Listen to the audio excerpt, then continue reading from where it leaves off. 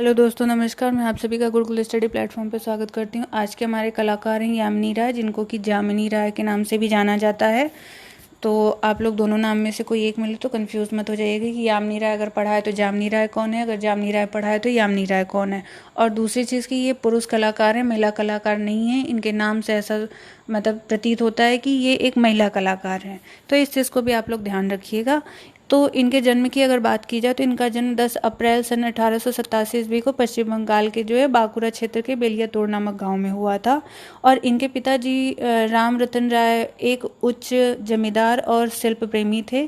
पिता के शिल्प प्रेम ने यामिनी राय को बचपन से ही कला की तरफ आकृष्ट किया और इनका रुझान दिन पे दिन कला के प्रति बढ़ता गया। कला के प्रति इनका रुझान देखकर इनके पिता ने इनका एडमिशन स्कूल ऑफ आर्ट्स में करा दिया था, जहाँ पर ये कोलकाता के अंग्रेजी शिक्षा पद्धति में इन्होंने कला शिक्षा ग्रहण करना प्रारंभ कर देते हैं। लेकिन इनका जो मन था वो ग्रामीण परिवेश व रंगों में रंगा हुआ था।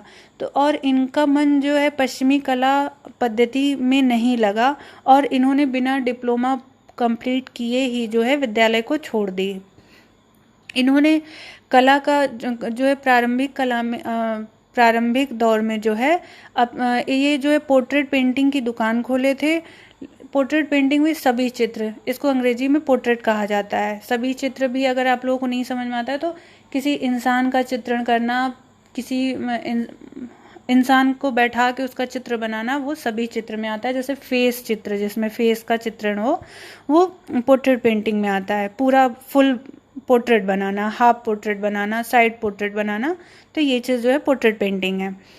तो इन्होंने स्टार्टिंग में तो पोर्ट्रेट पेंटिंग की दुकान खोल रखी थी, लेकिन इनको नकल करने की प्रवृत्ति से लगाव नहीं था। इसीलिए इन्होंने परंपरावादी कला को सीखा और इसे ही अपने जीविकोपार्जन का सहारा बनाया था। दृश्य चित्रण में भी ये इनकी काफ़ी रुचि थी और ये पश्चिमी कलाकार वान गो व माने से काफ़ी प्रभावित थे। इन्होंने कला के क्षेत्र में अनेकों प्रयोग भी किए थे और भगवान बुद्ध को चीनियों के ढंग से बनाया था इन्होंने। और कहीं पे सरसराती हुई सादी रेखाएं, तो कहीं अतिशयोक्तिपूर्ण रेखाएं, कहीं प्रभावपूर्ण रेखाएं, चमचमाते रंगों का भी उनकी शैली में की विशेषता है। तो अगर इनके रंगों की अगर बात की जाए तो इनका लोक कला के प्रति काफ़ी लगाव होने के कारण इनके चित्रों में भड़कील और चटक रंग देखने को मिलते हैं। तो इसमें लाल, पीले, नीले, काले और भूरे रंगों का प्रयोग इन्होंने अपने चित्रों में किया हुआ है। और ये 1910 में पश्चात शैली में तैल रंगों में सभी चित्रण भी बनाना इन्होंने प्रारंभ किया था। अवनींद्रनाथ की उदासी भरी भावुकता वाली शैली को त्याग दिया था। अवनींद्रनाथ जी की शैली की अगर बात की जाए तो वही बंगाल शैली थी, जिसको यामिनी राय ने त्याग दिया था। और उसके पश्चात इन्होंने काली घाट के पटचित्र शैली का इनके ऊपर प्रभाव पड़ा था। इन्होंने लोक कलाओं की विशेषताओं को खुले मन से अपनाया था और यामिनी राय ने अपनी आकृतियों की बनावट में इनका प्रयोग भी किया था। साथ ही इन्होंने मध्यकालीन उड़ीसा और जैन पांडुलिपि चित्रों के रूपाकारों का अध्ययन किया था और उससे संबंधित विचारों को भी इन्होंने अपनाया था। और ये शुद्ध चमकदार रंगों तथा तीखी रेखाओं का अधिक प्रयोग करते थे। अब यहाँ पे तीखी रेखाएं कैसी होंगी, तो तीखी रेखाओं का मतलब हो गया कोड़दार, जिसमें कोड़ वाली रेखाएं ज़्यादा हो, कटीले, वो तीखी रेखाओं में आते हैं।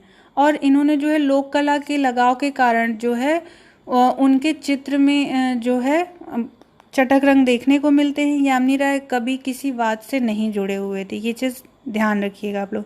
किसी खास चित्रकार की शैली का इन्होंने अनुकरण भी नहीं किया था। उनके चित्रों की एक निजी शैली थी जो उन्होंने खुद से बनाई थी। उनकी रुचि थी संथाल, बाउल, मल्ला आदि के ग्रामीण चरित्रों के अतिरिक्त कुछ ये प्रचलित पुराख्यानों में विशेष रूप से रही है इनकी। और ये 1940 के उपरांत काली घाट के पटचित्रों की पद्धति पर इन्होंने बिल्लियों के विभिन्न स्थितियों को चित्रित किया था, जो कि उनके तुलिका पर सशक्त अधिकार साथ साथ में तत्कालीन राजनीतिक स्थिति पर व्यंग्य भी है। यामिनी राय ने जो है टेक्सचर धरातल जो है के संबंध में भी प्रयोग किया था। मैंने आप लोगों को बताया होगा कि धरातल 3 प्रकार के होते हैं, प्राप्त, सृजित और अनुकृत। तो ये जो है इन्होंने अपने धरातल में सपाट चिकना धरातल बनाने के बजाय उसे कागज की पट्टियों की को जो है चटाई की भांति बुनकर खुरदरा बनाने लगे थे। तो ये किस श्रेणी में आएगा धरातल? तो ये जो होगा ये सृजित धरातल के अंतर्गत आएगा, क्योंकि ये कलाकार ने अपना सृजन किया है इस धरातल का।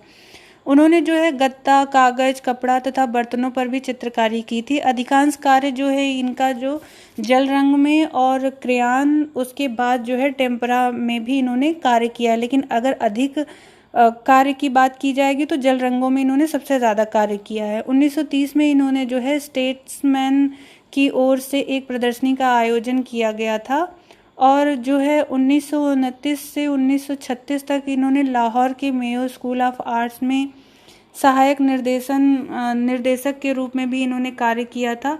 इसके पश्चात जो है ये 1938 से 1947 तक लाहौर के city school of fine arts के निर्देशक के पद पर कार्य किए थे और भारत विभाजन के पश्चात जो है दिल्ली आकर इन्होंने शिल्पी चक्र नामक संस्था का सूत्रपात भी किया था। इनके अगर चित्रों की महत्वपूर्ण प्रदर्शनियों की बात की जाए तो 1933 में जो है 1935 में कलकत्ता में, 1946 और 47 में लंदन में और 1953 में न्यूयॉर्क में इनकी प्रदर्शनियां लगी थी और काफ़ी प्रसिद्ध भी हुई थी। ये प्रदर्शनियां एकल प्रदर्शनी थी। एकल प्रदर्शनी का मतलब हुआ कि जो भी प्रदर्शनी लगी थी उसमें सिर्फ और सिर्फ यामिनी राय के चित्र ही थे, बाकी किसी कलाकार के चित्रों को शामिल नहीं किया गया था। और उन्हें जो है अंतर्राष्ट्रीय स्तर का कलाकार माना गया था और भारत का पिकासो भी कहा गया है यामिनी राय जी को। 1955 में इन्हें भारत सरकार ने पद्म विभूषण की उपाधि प्रदान की थी। पिछले वीडियो में मैंने जितने भी कलाकार पढ़ाए हैं उसमें कौन कौन से ऐसे कलाकार हैं जिनको कि पद्म विभूषण सम्मान प्राप्त हुआ है। तो इसमें जो है ये तो यामिनी राय जी को भी मिला है, पद्म विभूषण की उपाधि दी गई, मतलब सम्मान प्राप्त किया गया है भारत सरकार द्वारा।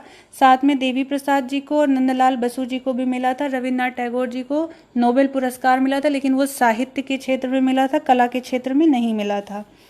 1968 में जो है इनको डिलीट की उपाधि प्रदान की गई थी और 24 अप्रैल सन 1972 में जो है इनकी मृत्यु हो गई थी।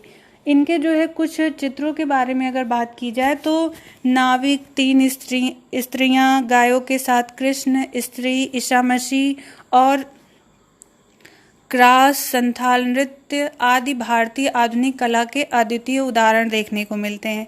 अन्य अगर चित्रों की बात की जाए तो ढोलक वादक, संथाल स्त्रियां, भेंट, सीता की अग्नि परीक्षा, टैगोर और बापू, पुजारिनी, रथ यात्रा, घोड़ा गाड़ी, माँ और शिशु, मछली दबाए, बिल्ली, एक मछली आदि, जिसमें कि माँ और शिशु इनका बहुत ही महत्वपूर्ण चित्र है।